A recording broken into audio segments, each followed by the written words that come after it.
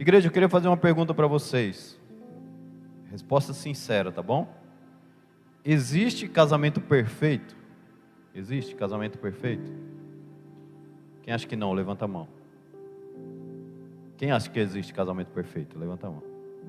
Ninguém acha, né? Pastora Carmen, existe casamento perfeito? Não existe, mas existirá. Não existe ainda, mas existirá.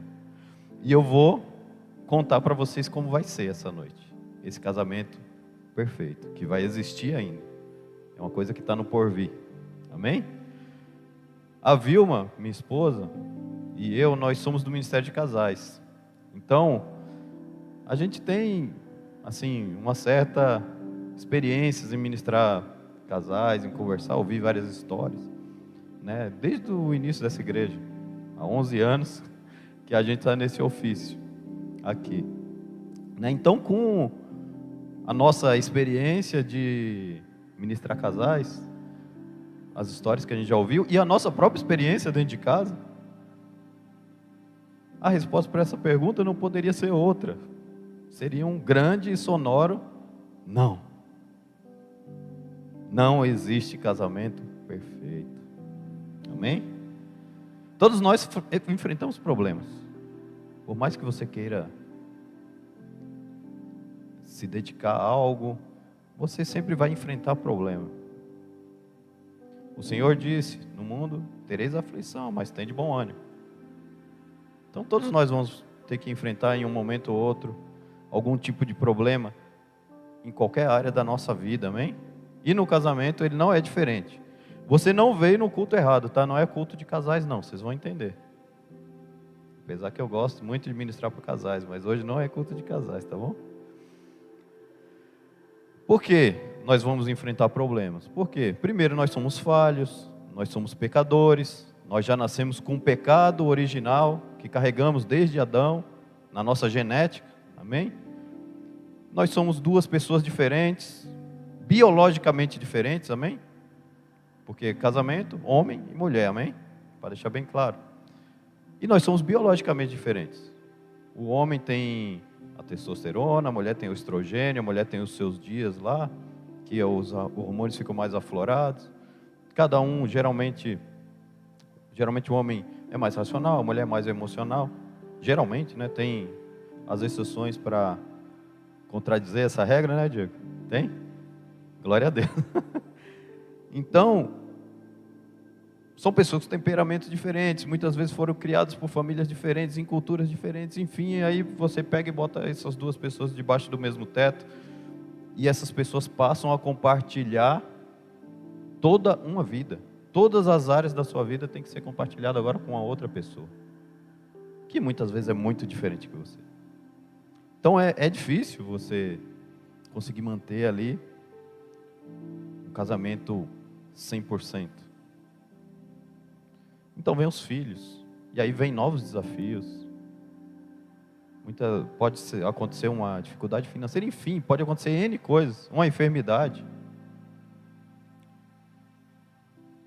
Então, não é uma missão fácil manter um casamento saudável.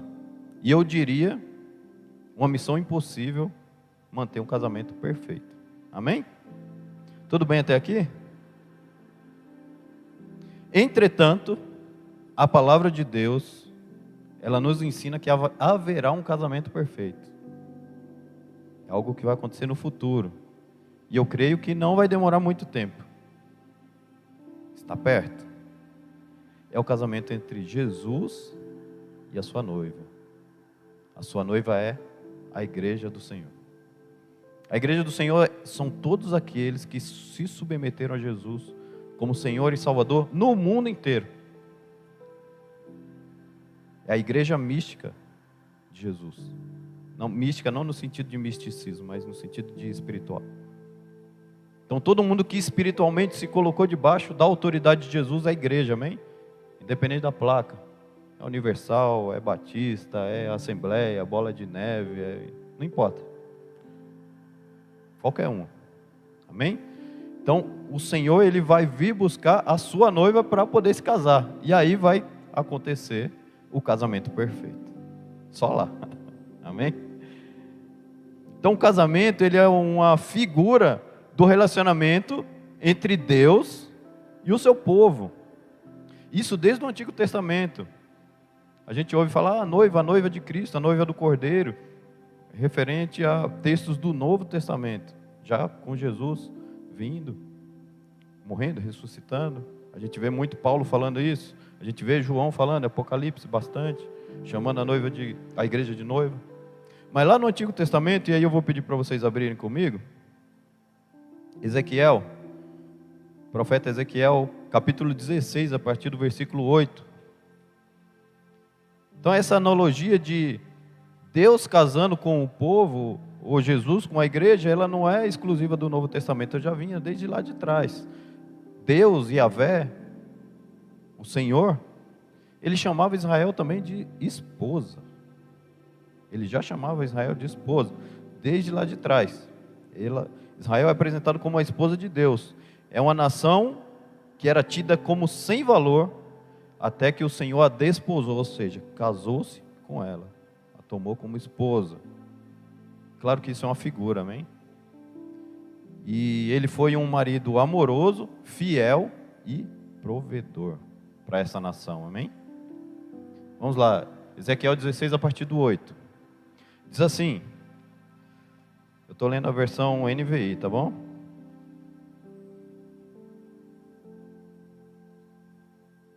Diz assim, mais tarde, quando passei de novo por perto, olhei para você e vi que já tinha idade suficiente para amar. Então estendi a minha capa sobre você e cobri a sua nudez. Fiz um juramento e estabeleci uma aliança com você, palavra do soberano Senhor, e você se tornou minha. Eu lhe dei banho com água e, ao lavá-la, limpei o seu sangue e a perfumei. Pus-lhe um vestido bordado e sandálias de couro. Eu a vesti de linho fino e a cobri com roupas raras. Adornei-a com joias, pus braceletes em seus braços e uma gargantilha em torno do seu pescoço. Dei-lhe um pendente, pus brincos em suas orelhas e uma linda coroa em sua cabeça.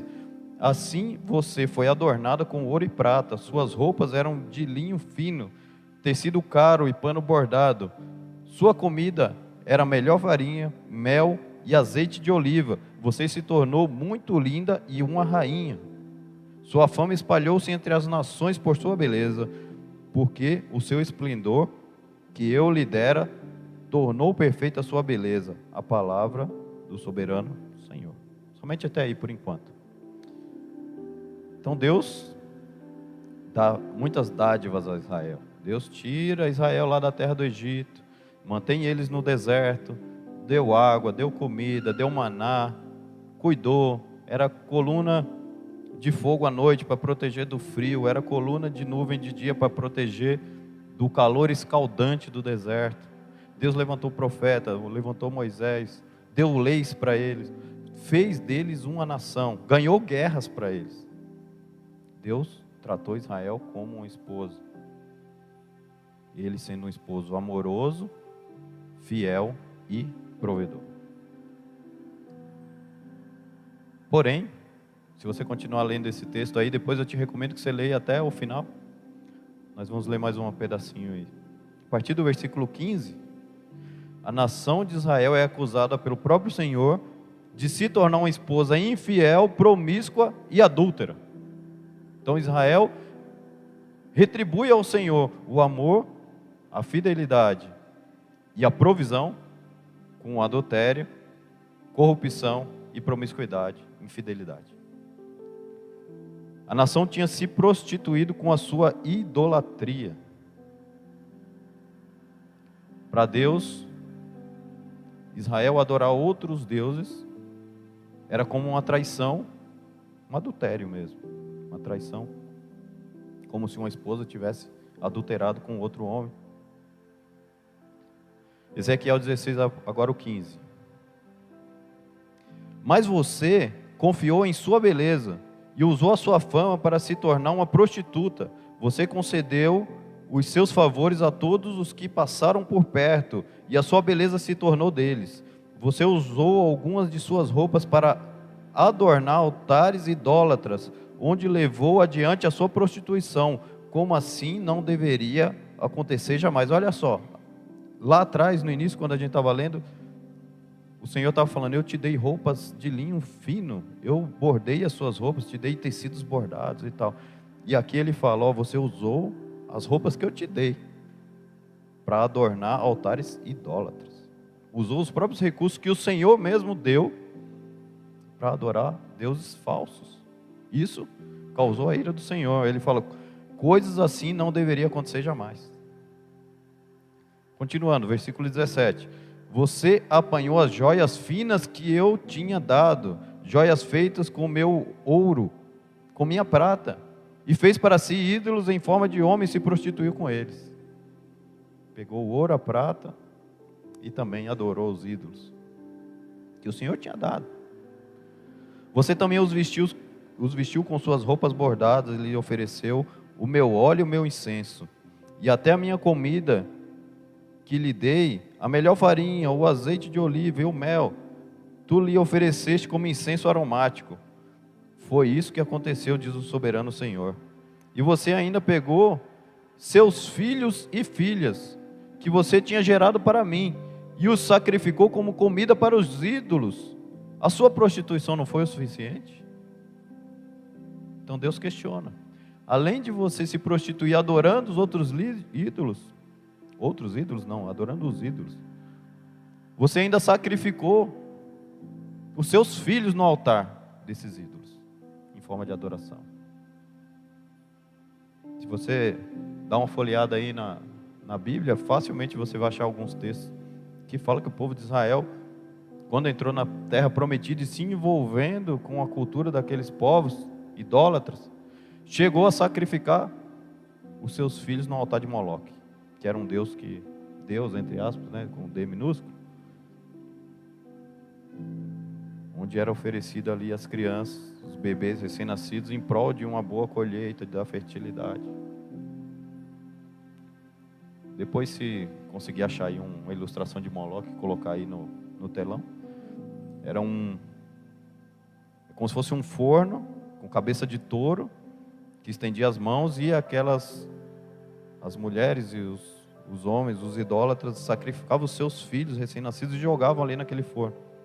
Muitas vezes jogavam a criança viva para que ela fosse queimada ali no fogo, no altar de Moloque. E hoje, isso ainda acontece, mas muitas vezes de uma maneira diferente. Úteros de mulheres viraram o altar de Moloque, onde são ceifadas milhões de vidas, todos os anos. Milhões de vidas são ceifadas, e esse sangue derramado é recebido por essa potestade. Esse sangue derramado é a adoração ao Moloque. Só nos Estados Unidos, desde os anos 70 para cá, eu não sei os números exatamente, mas aconteceram mais de 30 milhões de abortos, só nos Estados Unidos. Continuando aqui, onde eu parei mesmo? Esqueci, me deu um branco. No 20? 21.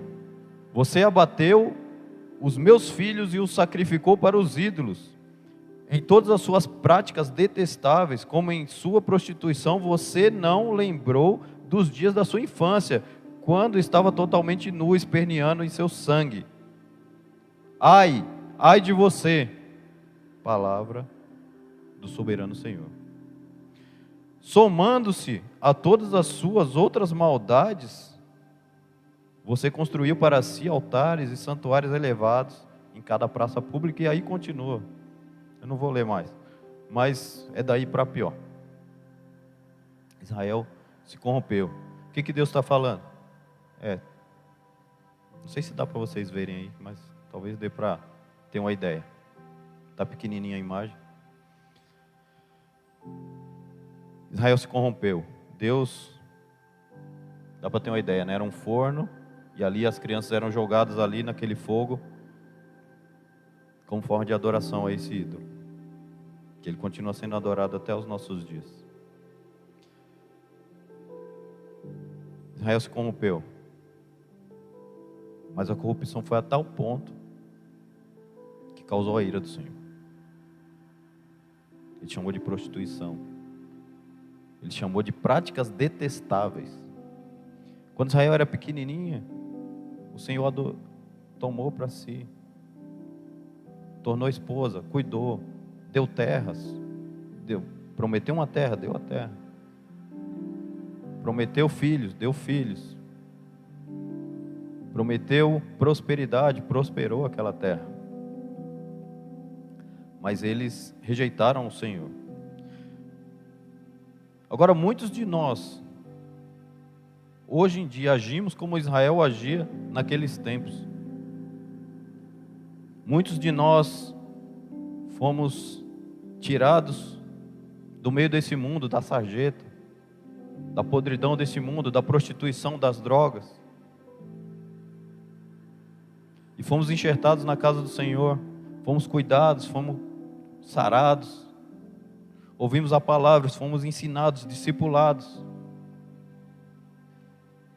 E lá para frente, depois que o Senhor já tinha cumprido coisas na nossa vida,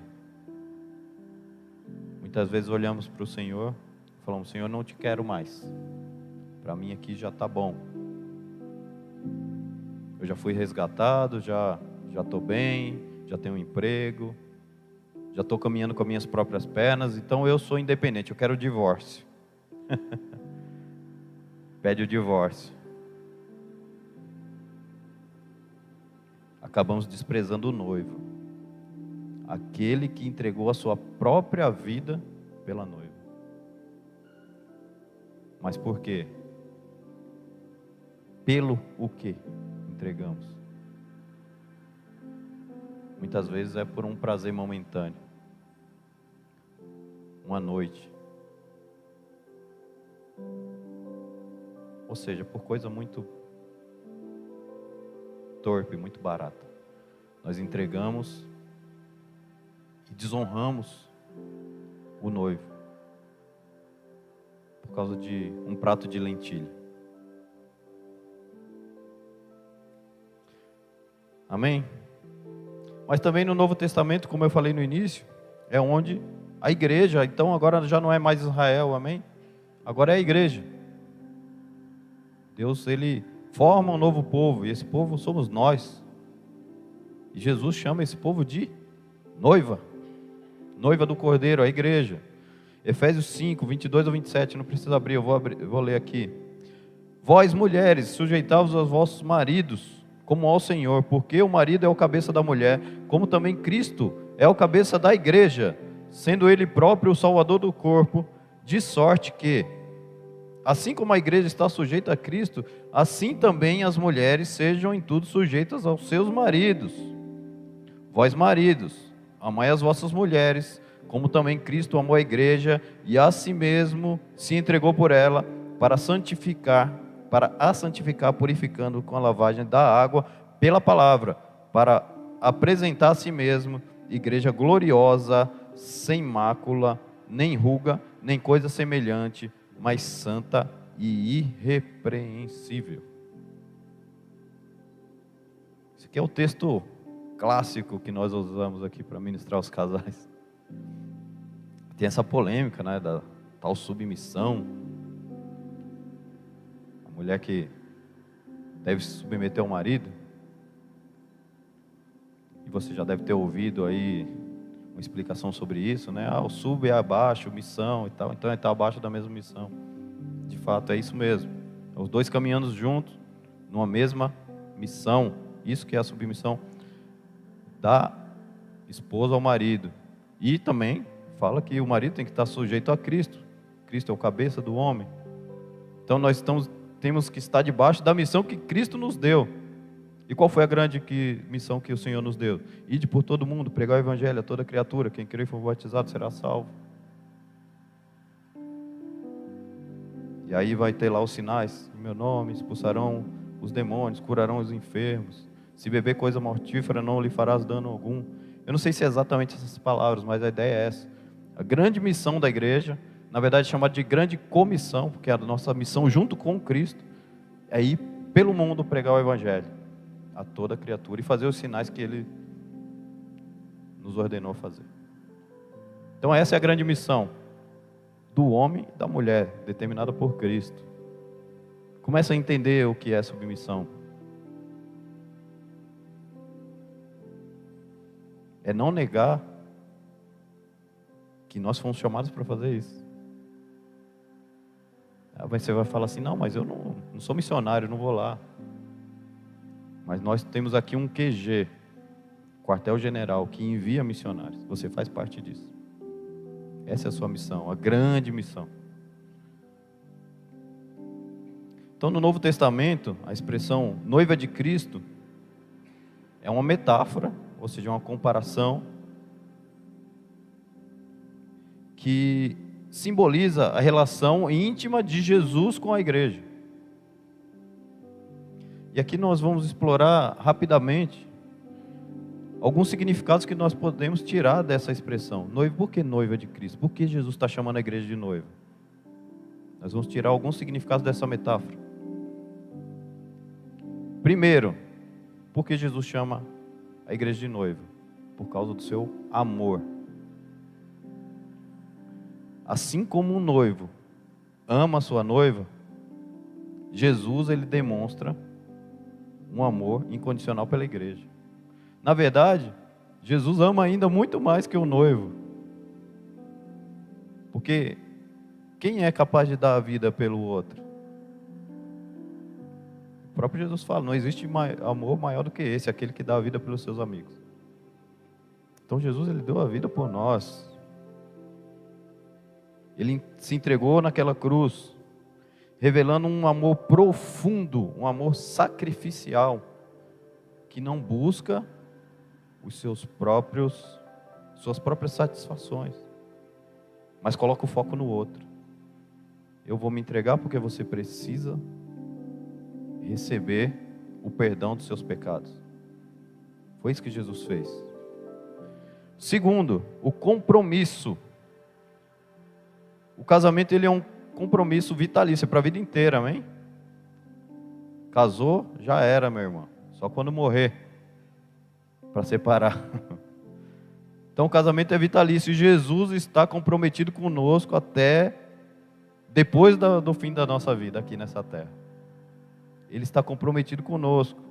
Ele nunca vai nos abandonar, Ele nunca nos abandonou.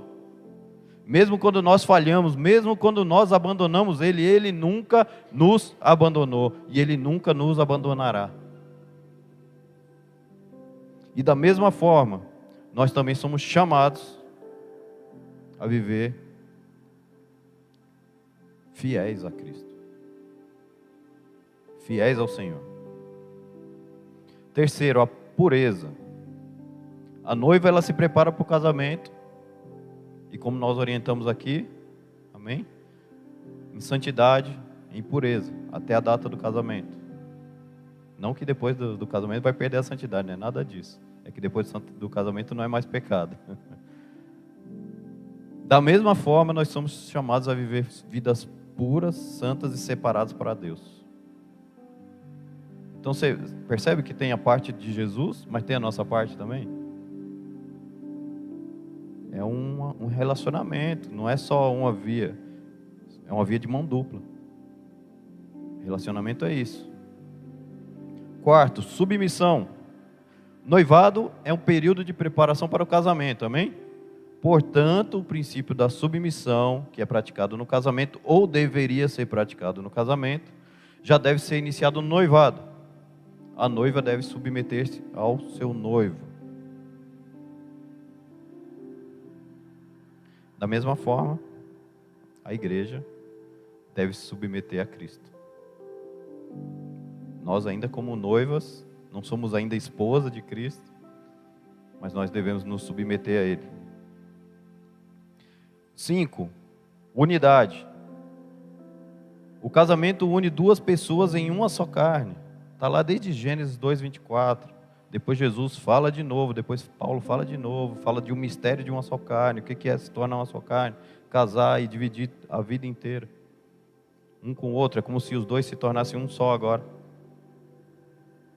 Gênesis 2:24 fala: deixará o homem, seu pai e sua mãe, se unirá à sua mulher, e ambos se tornarão uma só carne. Depois Jesus falando sobre o divórcio, cita esse texto de Gênesis 2:24, literalmente. Fala, desde o princípio não era assim, vocês querem se separar, mas no início era assim, o homem deixava a casa dos pais, se uniria à sua mulher e uma só carne, acabou. Depois se torna uma só carne e não tem mais como separar. Se separar, um pedacinho de um fica no outro, um pedacinho do outro fica no um. Então, unidade, o casamento une as duas pessoas em uma só carne.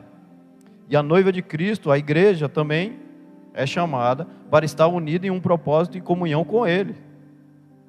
Temos que ser um com Ele. E por fim, a espera. A noiva, ela espera ansiosamente o seu noivo. Nós, como crentes, nós devemos ter essa expectativa que a qualquer momento Jesus vai voltar para buscar a sua noiva. Vai buscar a sua noiva para torná-la sua esposa. Nós devemos viver nessa expectativa e nessa esperança, amém? E qual é a nossa responsabilidade como cristãos, então? Diante de tudo isso que foi falado, qual a nossa responsabilidade? Algo prático para nós. Saiba que não foi por acaso que Jesus escolheu essa figura do casamento para descrever o seu relacionamento com a igreja. Não foi por acaso. Ele escolheu a dedo. Sabe por quê? O casamento, ele é o relacionamento humano mais íntimo e mais profundo que pode existir. Vou repetir. O casamento é o relacionamento humano mais íntimo e mais profundo que existe. Por quê? Por quê? Às vezes você acha, não, eu tenho um relacionamento mais íntimo, mais profundo com a minha mãe, com meu pai e tal. Não. Com seu marido, com sua esposa. Somente no casamento é permitido por Deus os 4 tipos de amor que são citados na Bíblia. Os 4 principais, tem outras palavras também, mas os 4 principais tipos de amor que são citados no Novo Testamento, idioma grego, tá? Você pega a sua Bíblia aí, você abre lá em 1 Coríntios 13, está lá escrito amor, amor, amor, amor, caridade, alguns caridade e tal. Mas essa palavra traduzida é agape. Não é ágape, é agape, a pronúncia correta. E aí tem outras palavras que foram traduzidas para nós no português como amor, mas no grego são palavras diferentes. Eu vou explicar aqui para vocês. Vai ser fácil de entender. E no casamento, só no casamento pode haver esses 4 tipos de amor. Primeiro é o agape, muita gente chama de ágape, tudo bem, não tem problema. É o amor perfeito e incondicional de Deus. Essa palavra aparece mais de e variações dela, aparece mais de 300 vezes no Novo Testamento. Inclusive em 1 Coríntios 13. É descrito como um amor altruísta, um amor sacrificial, um amor que está acima de todo e qualquer interesse. É o amor pelo amor. Porque Deus decidiu amar o mundo. É um amor sem interesse. João 3,16, todo mundo deve conhecer esse texto. Se não conhece, decora esse texto aí, porque é o texto áureo do Evangelho. João 3,16. Porque Deus amou o mundo de tal maneira que deu o seu Filho unigênito, para que todo aquele que nele crê não pereça, mas tenha a vida eterna. Esse amou o mundo é o amor agape. Amém? Amor filia é o amor fraternal entre amigos, é o amor de amizade. Ele surge entre as pessoas que compartilham algo em comum.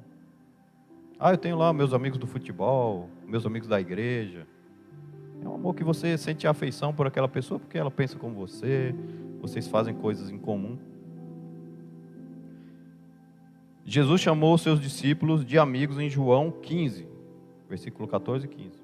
Amor filho. Jesus também amava, não só com amor agape de Deus, também, mas também ele tinha amigos. Ele amava com filha também. Então você tem isso no casamento, você tem o agape, tem que ter, se você não tiver amor incondicional, você não permanece casado. Você tem um amor amizade também dentro do casamento. Terceiro, o amor storge, é o amor familiar, é o amor pelos familiares, de pai para filho, filho para pai, marido e esposa, porque quando você casa, você está formando o quê? Uma nova família, então tem um amor storge lá no meio do casamento também. Então, com esse amor compartilha-se a felicidade e uma convivência mais próxima e experiências no âmbito familiar, amém? Então você pode ter isso, na verdade você tem, né? Provavelmente, com seu pai, com sua mãe, com seus irmãos, enfim, amor storge. Filha dá para ter também com pai, mãe, qualquer um da sua família, seus amigos. Agape também, você pode amar seu pai incondicionalmente, você pode ser amado pela sua mãe incondicionalmente. Então, está tudo dentro aí do contexto. Porém, tem um tipo de amor que é só permitido por Deus dentro da aliança do casamento, que é o amor eros. Você já deve ter ouvido aquela palavra erótico, né? Vem dessa palavra grega, eros. É o amor romântico, é o amor da relação íntima, é o amor sexual, é aquela atração física. E isso só é permitido por Deus dentro da aliança do casamento. Amém? Então é por isso que o casamento é a relação humana mais profunda e mais íntima que você possa imaginar. E foi por isso que Jesus escolheu o casamento como figura para o seu relacionamento com a igreja. Não foi por acaso. Então, por isso, amados, nós devemos zelar dos nossos casamentos, porque ele é uma representação terrena de como será a relação de Cristo com a sua igreja lá nas bodas, quando a gente subir com Ele. Precisamos ser exemplos para uma sociedade falida, uma sociedade que não acredita mais no matrimônio, uma sociedade que no auditório como esse, que está cheio de jovens, eu não vou fazer essa pergunta, mas talvez se eu perguntar para quem está solteiro aí, você quer casar? Talvez metade não levanta a mão, porque não acredita mais no casamento, porque viu experiências ruins na sua casa, dos seus pais, dos seus tios. Pessoas que falam que o casamento é um inferno. Ah, você está indo para o casamento, você vai estar, espera aí que eu vou pegar a forca para você.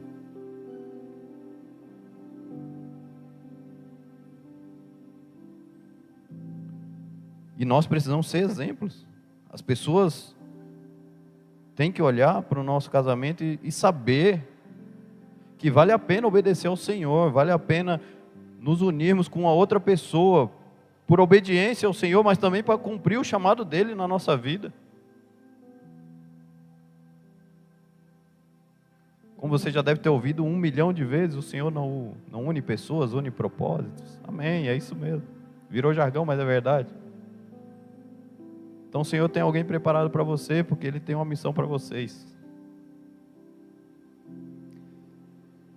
Assim como Paulo falou lá, está em 2 Coríntios 11, 2, nós devemos nos devotar, ou seja, nos esforçar para manter a pureza da noiva do cordeiro até que ele chegue.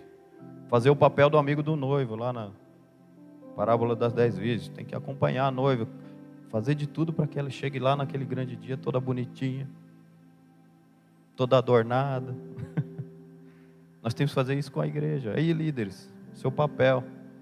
Fazer com que a igreja, a noiva, chegue naquele grande dia, pura, santa, sem mácula, sem ruga. 2 Coríntios 11, 2 diz assim: o zelo que tenho por vocês é um zelo que vem de Deus. Eu os prometi a um único marido, Cristo, querendo apresentá-los a Ele como uma virgem pura. O que Paulo está falando aqui para os coríntios? Eu prometi para o Senhor que eu vou entregar vocês na mão dEle como uma virgem santa, pura. Então por isso que Ele tem zelo dos coríntios. Não do Corinthians, tá? Do Coríntios. Dos Coríntios. Da cidade de Corinto. Então Paulo cuidava daquelas pessoas como um pastor cuida das suas ovelhas. Porque ele queria ver aquelas pessoas subindo. E as bodas estão próximas, amados. Apocalipse 19, 7 ao 9. Vamos abrir lá? Estamos chegando ao fim já, tá? Apocalipse 19, do 7 ao 9. Vou esperar vocês. Estou ouvindo bastante barulhinho de Bíblia aí ainda. Glória a Deus. Diz assim, Apocalipse 19, versículo 7. Regozijemo-nos, vamos nos altares e dar-lhe glória. Vamos nos alegrar, perdão. Vou começar de novo. Regozijemo-nos, vamos nos alegrar e dar-lhe glória. Pois chegou a hora do casamento do Cordeiro, e a sua noiva já se aprontou. Foi-lhe dado para vestir-se vinho fino, brilhante e puro. O linho fino são os atos justos dos santos. E o anjo me disse, escreva, felizes os convidados para o banquete do casamento do Cordeiro. E escreveu. Essas palavras são verdadeiras de Deus. Meu irmão, casamento do Cordeiro está próximo. E ainda que não tivesse, a gente nunca sabe quando Deus vai chamar a nossa senha, amém? Às vezes você sai aí fora. Não vai acontecer, amém? Mas é bom se precaver, né? Você faz seguro do carro, você faz para não usar, né? Fala, vou fazer, mas se eu não usar vai ser melhor. É a mesma coisa. Tipo, faz o seu seguro aí, garante o seu ingresso para esse dia, para as bodas do Cordeiro. João fala, feliz é aquele que for convidado para as bodas do Cordeiro. E como é que eu faço para ser convidado para as bodas? Cara, você vai ser o convidado principal, você vai ser a noiva, mano. Você vai ser a noiva, cara. Tem noção? É só aceitar o noivo. Falar, Jesus, você é o meu noivo. Eu me submeto a Ti. Aceitar Jesus como Senhor e Salvador da sua vida. E permanecer firme. A palavra diz que aquele que permanecer até o fim será salvo. Perseverar até o fim. Então o casamento do Cordeiro com a sua igreja está próximo. Todos os sinais indicam a iminência da volta de Cristo. Para arrebatar a sua igreja ou levar a sua igreja consigo nos ares. Aos céus e fazê-la sua esposa. Vai ser um grande dia. Vai ser um grande dia, uma grande festa. Casamento do Cordeiro. Casamento de Cristo. Vai ser lindo, vai ser lindo. E eu quero estar lá, eu adoro casamento. Eu quero estar lá, irmão. Vai ser maravilhoso. Oh, santo. Aleluia, Jesus. Tu és santo.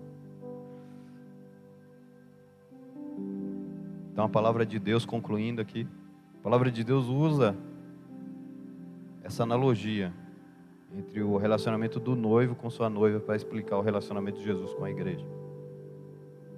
E a igreja está no período de preparação. E eu estou fazendo aqui o papel do amigo do noivo. Sabe, no casamentos antigos, judaicos, os amigos do noivo cuidavam para que tudo ficasse bem com a noiva. Eu quero fazer o papel do amigo da noiva agora. Na verdade, eu estou tentando fazer esse papel desde o início.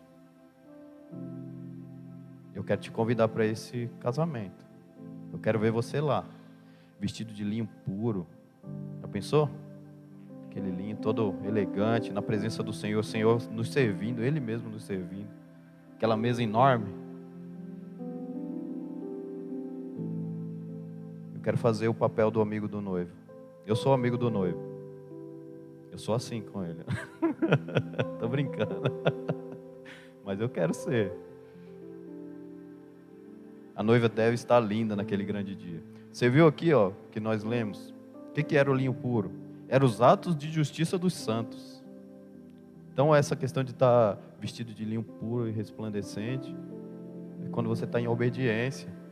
O Senhor olha do céu e fala: nossa, eles estão lindos, estão vestidos de linho puro. Ô irmão, obediência ao Senhor, submissão.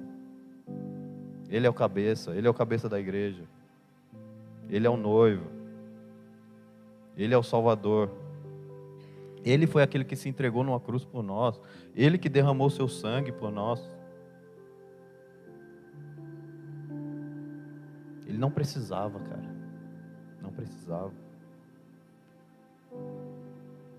Ele não precisava. Ele já tinha tudo.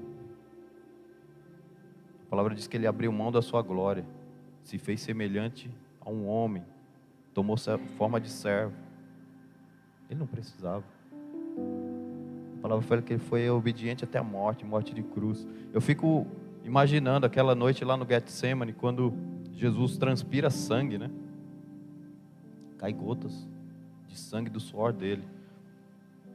Eu já li alguns médicos comentando que isso só acontece em uma condição raríssima, quando a pessoa está em extrema condição de estresse. Quando você está extremamente ansioso, preocupado. Porque Jesus já sabia o que ia acontecer com ele, cara. Ele sabe tudo. Onipotente, onisciente. Ele já sabia o que ele ia passar. Mas ele resolveu obedecer. Eu ouvi um cara uma vez falando assim: foi a única oração de Jesus que não foi obedecida, que Deus não atendeu. Quando ele orou pedindo para passar esse cálice dele. Senhor, se possível, passa de mim esse cálice. E ele falou: não, foi a única oração que Deus não atendeu de Jesus. Eu falei: não, negativo. Continua lendo. Contudo, não faça a minha vontade, mas a sua. Todas as orações dele foram atendidas. Cara, foi por mim e por você, cara. É demais isso. É maravilhoso saber que o Senhor nos ama tanto. Um amor que vai além da nossa compreensão. É reconfortante, sabe? Eu não sei como está o teu coração. Às vezes você está angustiado. Às vezes você não se acha digno. Meu irmão, o Senhor morreu por todos nós, cara. Ele chamou a muitos, mas poucos respondem esse chamado. E o Senhor te chama nessa noite. Eu quero te entregar aqui um convite para as bodas do Cordeiro. Será que você vai aceitar esse convite?